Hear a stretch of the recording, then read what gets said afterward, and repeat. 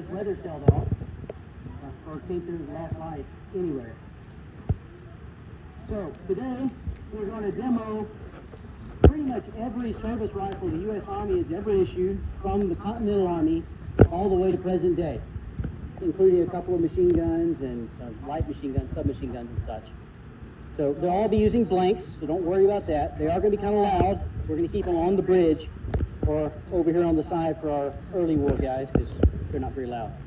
So just be prepared for that. So with that, I'm going to turn it over to our Revolutionary War friends, because they know a whole lot more about their rifles than I do. So with that, Revolutionary War.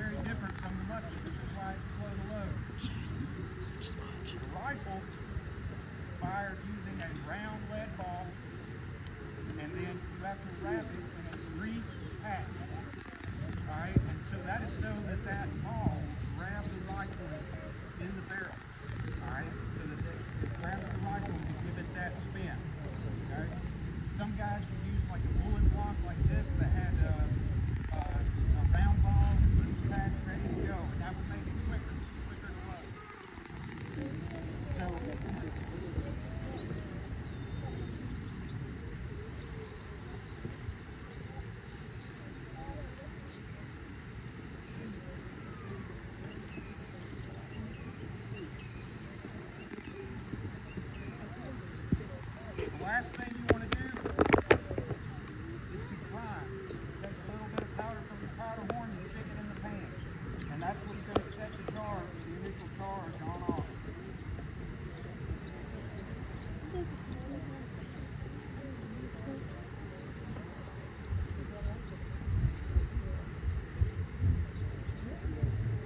And then you're ready to fire.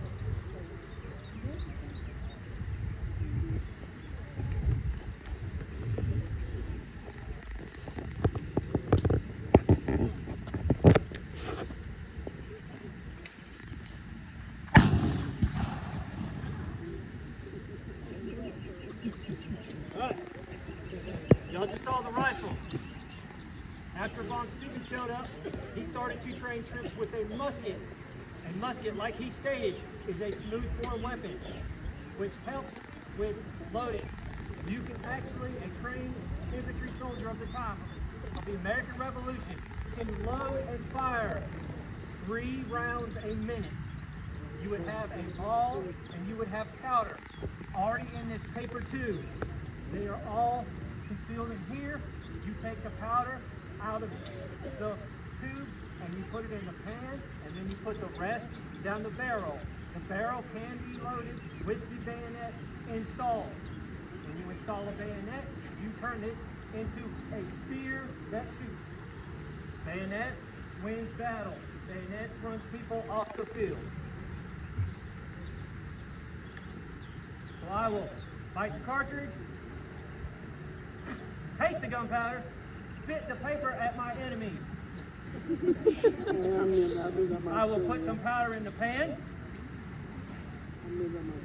I will put the powder and the paper down the barrel. I will ram it. Return the rammer. And then I will fire.